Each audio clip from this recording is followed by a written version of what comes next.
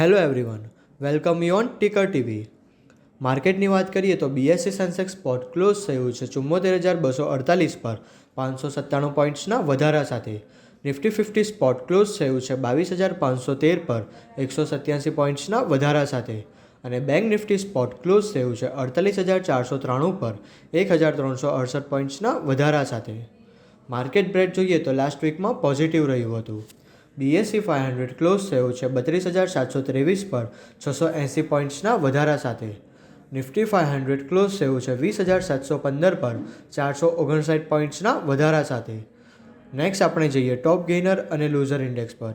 ટોપ ગેઇનરમાં Nifty media index close થયું છે 1,916 પર 6.70% વધારા સાથે.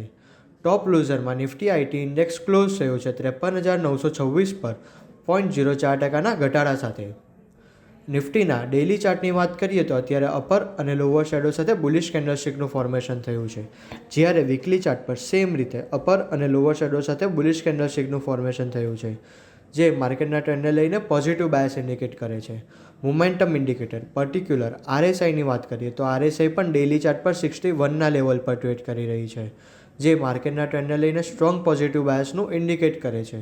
નિફ્ટી અત્યારે 22,513 પર ટ્રેડ કરી રહી છે. જો નિફ્ટી 22,600ના લેવલ બ્રેક કરે છે તો નિફ્ટીમાં આવનારા દિવસોમાં 22,800 સુધીના લેવલ પણ જોવા મળી શકે છે. પણ જો નિફ્ટી 22,300ના લેવલના નીચે ક્લોઝ આપે છે તો નિફ્ટીમાં 21,900 સુધીના લેવલ પણ જોવા મળી શકે છે. હવે આપણે નિફ્ટીના ડેરિવેટિવના ડેટા એનાલાઇઝ કરીશું. નિફ્ટીમાં ક્યુમ્યુલેટિવ ઓપન ઇન્ટરેસ્ટ 37% ડિક્રીઝ થયું છે અને પ્રાઇસમાં પણ 0.84%નો વધારો આવ્યો છે, જે શોર્ટ કવરિંગનું નિર્દેશ કરે છે. હવે આપણે જોઈએ કે નિફ્ટીના વીકલી ઓપ્શન શું સજેસ્ટ કરે છે. નિફ્ટીની નેક્સ્ટ વીકલી એક્સપાયરી છે 10th એપ્રિલ 2024ની છે. એમાં હાઈએસ્ટ ઓપન ઇન્ટરેસ્ટ કોલ સાઇડમાં 23,000ની સ્ટ્રાઇક પર 1,67,257 લોટની સાથે થયું છે અને હાઈએસ્ટ ઓપન ઇન્ટરેસ્ટ પુટ સાઇડમાં 22,500ની સ્ટ્રાઇક પર 1,18,354 લોટની સાથે થયું છે. હવે આપણે જોઈએ કે મેક્સિમમ મોવાઈ ચેન્જ ક્યાં થયું છે. તો મેક્સિમમ મોવાઈ ચેન્જ કોલ સાઇડમાં 22,800ની સ્ટ્રાઇક પર 76,819 લોટનું એડિશન થયું છે અને મેક્સિમમ મોવાઈ ચેન્જ પુટ સાઇડમાં 22,400ની સ્ટ્રાઇક પર 49,070 લોટનું એડિશન થયું છે. ચાર્ટ પેટર્ન અને ઓપન ઇન્ટરેસ્ટના ડેટા જોતાં એવું લાગે છે કે નિફ્ટીના સપોર્ટ 22,400થી લઈને 22,300ના લેવલે રહેશે, જ્યારે રેઝિસ્ટન્સ 22,500થી લઈને 22,600ના લેવલે રહેશે. બેંક નિફ્ટીના ડેઇલી ચાર્ટની વાત કરીએ તો બુલિશ કેન્ડલસ્ટિકનું ફોર્મેશન થયું છે, જે માર્કેટના ટ્રેન્ડને લઈને પોઝિટિવ બાયસ ઇન્ડિકેટ કરે છે, જ્યારે વીકલી ચાર્ટ પર લોંગ બુલિશ કેન્ડલસ્ટિકનું ફોર્મેશન થયું છે.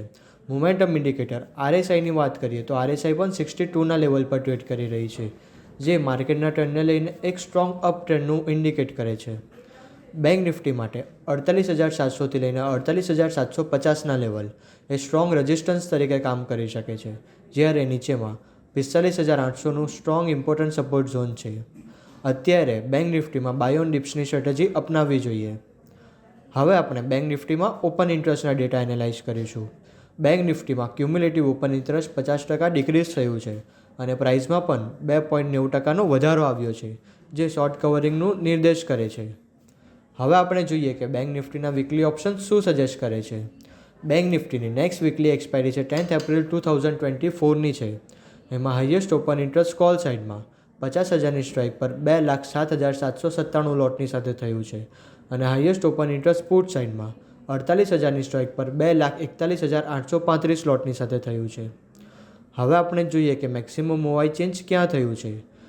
તો maximum open interest change call સાઇડમાં 50,000ની સ્ટ્રાઇક પર 1,01,156 લોટનું એડિશન થયું છે અને maximum open interest change put સાઇડમાં 48,000ની સ્ટ્રાઇક પર 1,19,583 લોટનું સબસ્ટ્રેક્શન થયું છે. ચાર્ટ પેટર્ન અને ઓપન ઇન્ટરેસ્ટના ડેટા જોતાં એવું લાગે છે કે બેંક નિફ્ટીના સપોર્ટ ઝોન 47,900થી લઈને 47,650ના લેવલે રહેશે અને રેઝિસ્ટન્સ 48,650થી લઈને 49,000ના લેવલે રહેશે.